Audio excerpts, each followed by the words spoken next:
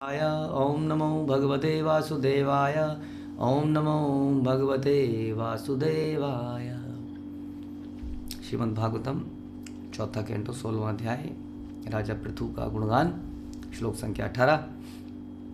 देहिनामात्म वत्प्रेष्ठ सुहृदाम नंदिवर्धन मुक्त संग प्रसंगोऽयं दंडपाणि रसाधुषः। यह राजा समस्त जीवधारी प्राणियों को अपने ही समान प्रिय मानेगा और मित्रों के आनंद को सदैव बढ़ाने वाला होगा।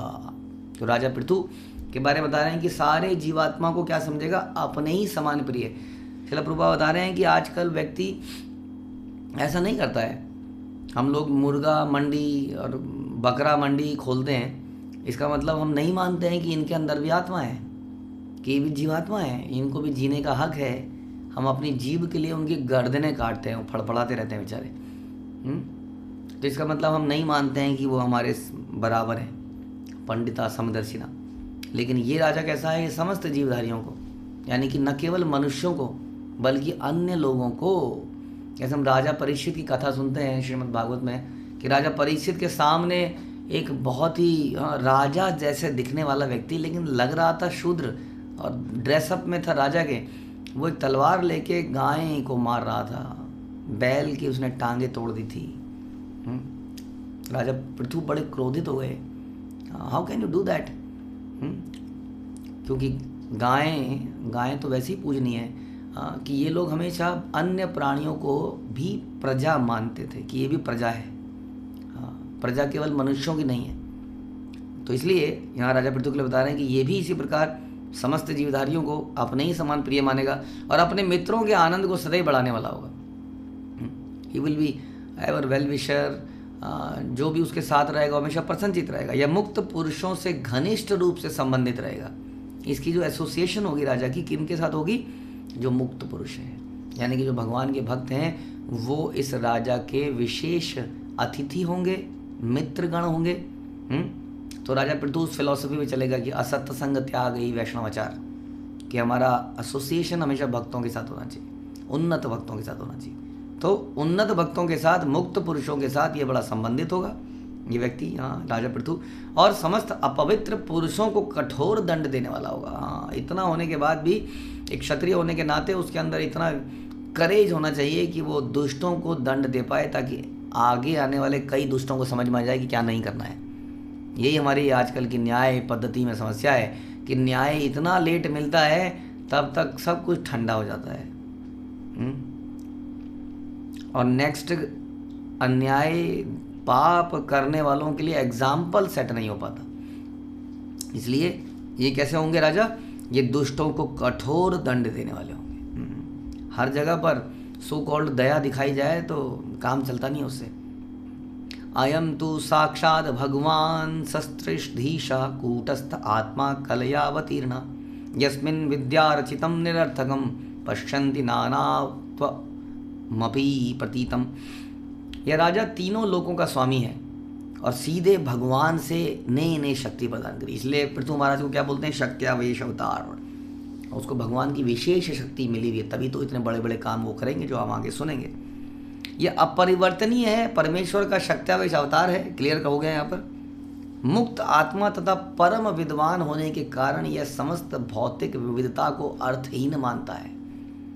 The variety we see outside, how such a beautiful building, such a beautiful waterfall, such a beautiful mountain और such a beautiful something in this world. ये वाली शर्ट, वो वाली शर्ट, ये वाली कार, वो वाली कार, विविधता ही विविधता है।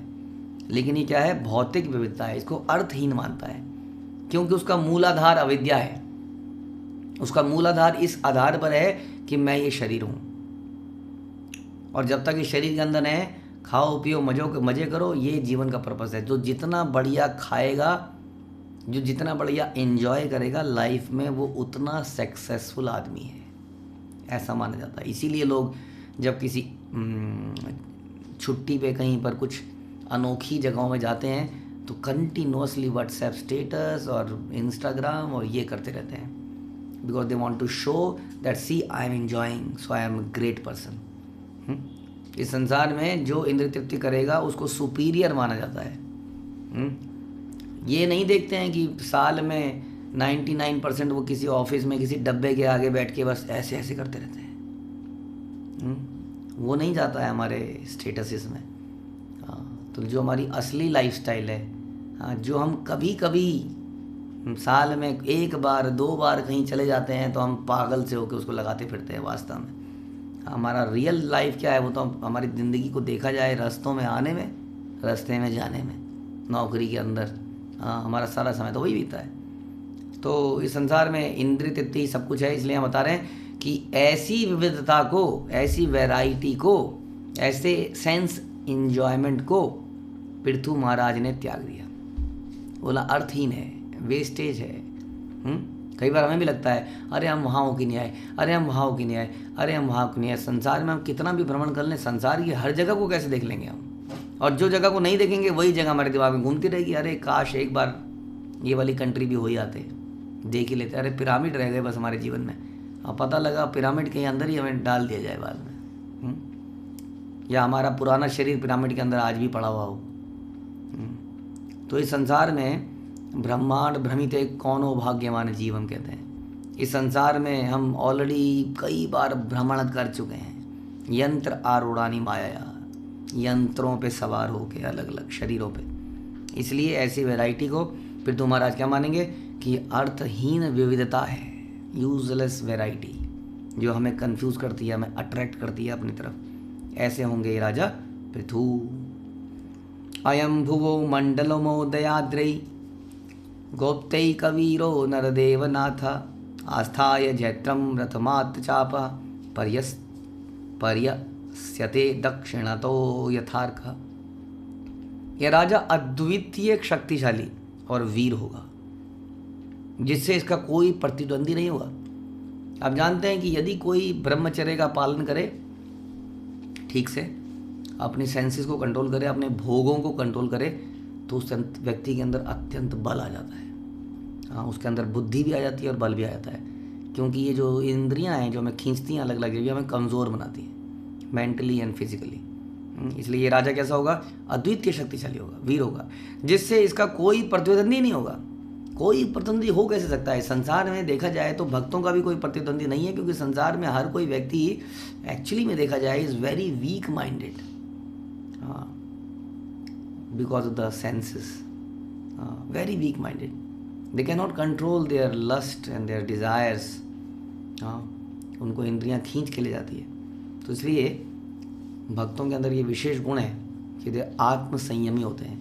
इसलिए उन जैसा उनका कोई प्रतिद्वंदी हो ही नहीं सकता है। वह अपने हाथ में धनुष धारण करके विजयी रथ पर चढ़कर सूर्य के समान भूमंडल की प्रदक्षिणा करेगा। पूरे भूमंडल की प्रदक्षिणा करेंगे, इसके बारे में हम पढ़ेंगे आगे। जो दक्षिण से अपनी कक्षा पर परिभ्रमण करता है। तो इस प्रकार से बता रहे हैं कि सूर्य जो है अपनी जो उसकी जो अपनी कक्षा पर प्रपात कर रहे हैं 16,000 मील प्रति सेकंड की गति से घूम रहा है। Can you imagine that? 16,000 मील 1 सेकंड के अंदर, इतनी तेज़ी से घूम रहा है। ये अगर आदमी इसी विषय पर थोड़ी देर सोचता रहे तो क्वेश्चन ही आ जाता है कि हम लोग जब अपनी गाड़ी चलाते हैं तो हमारा उसकी माइलेज ख़राब हो जाती है सारी। अगर उसको 60, 70, 80, 90, 100 तक चलाया जाए तो माइलेज अच्छी रहती है, लेकिन कहीं आप उसको 140, 150, 160, उसके बाद पेट्रोल के साथ इंजन भी फूकने लगता है, टायर भी फट जाता है। तो हमने देखा है किस प्रकार से ईंधन is very important, fuel is very important, लेकिन इतनी गति से चलने वाला ये सूर्य कौन इसको मेंटेन कर रहा है? ये क्वेश्चन आता है। इतनी तेज़ी से जो घूम रहा है और घूमता ही जा रहा है और कोई परिवर्तन नहीं आ रहा उसकी गति में, तो हु इज़ कंट्रोलिंग? उसमें कोई स्पीड गवर्नर लगा है? इसी प्रकार ब्रह्म संहिता का भी कथन है कि यस्या यज्ञा भ्रमति संभृत काल चक्र। सूर्य अपनी कक्षा में श्री भगवान के आदेश के अनुसार घूम रहा है। तो he is the Krishna is the real driver, he is driving it remotely. तो निष्कर्ष यह निकला कि सूर्य स्थिर नहीं है। हाँ, और जहाँ तक पृथु महाराज का प्रश्न है, यहाँ सूचित होता है कि उनका शासन शक्ति संसार भर में फैल जाएगा। हिमालय पर्वत को उदयाचल या उदयाद्री भी कहा जाता है, क्योंकि यहीं पर सूर्यदेव सबसे पहले दिखते हैं। यहाँ एक कहा गया कि पृथ्वी पर पृथु महाराज का शासन हिमालय पर्वत को भी लांग कर समुद्र तक फैला हुआ है। यानी कि समस्त जगह पर उनका राज्य चलेगा।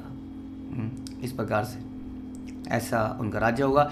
अस्मै नृपाल किल तत्र तत्र बलिम हरिष्यन्ति सलोकपाला मंस्यन्त एषां स्त्रिय आदिराजम चक्रायुधम तदृश उद्धरन्त्य।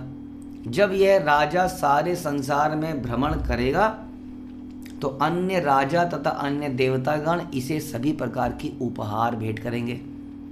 तो जब इसका राज्य पूरी जगह पर फैला हुआ है तो कभी कभी तो जाना भी पड़ेगा ना वहाँ पर। जब वहाँ पर जाएंगे तो लोग इसका वेट कर रहे होंगे और उपहार भेंट करेंगे। यानी कि जितने भी, जैसे कि चक्रवर्ती राजा हुआ करते थे कि वो चक्रवर्ती राजा है, लेकिन then there is regional kings are there. उस कंट्री के अंदर कोई रीजनल व्यक्ति छोड़ा हुआ है, किंग उधर कोई छोड़ा हुआ है, उधर कोई छोड़ा हुआ है।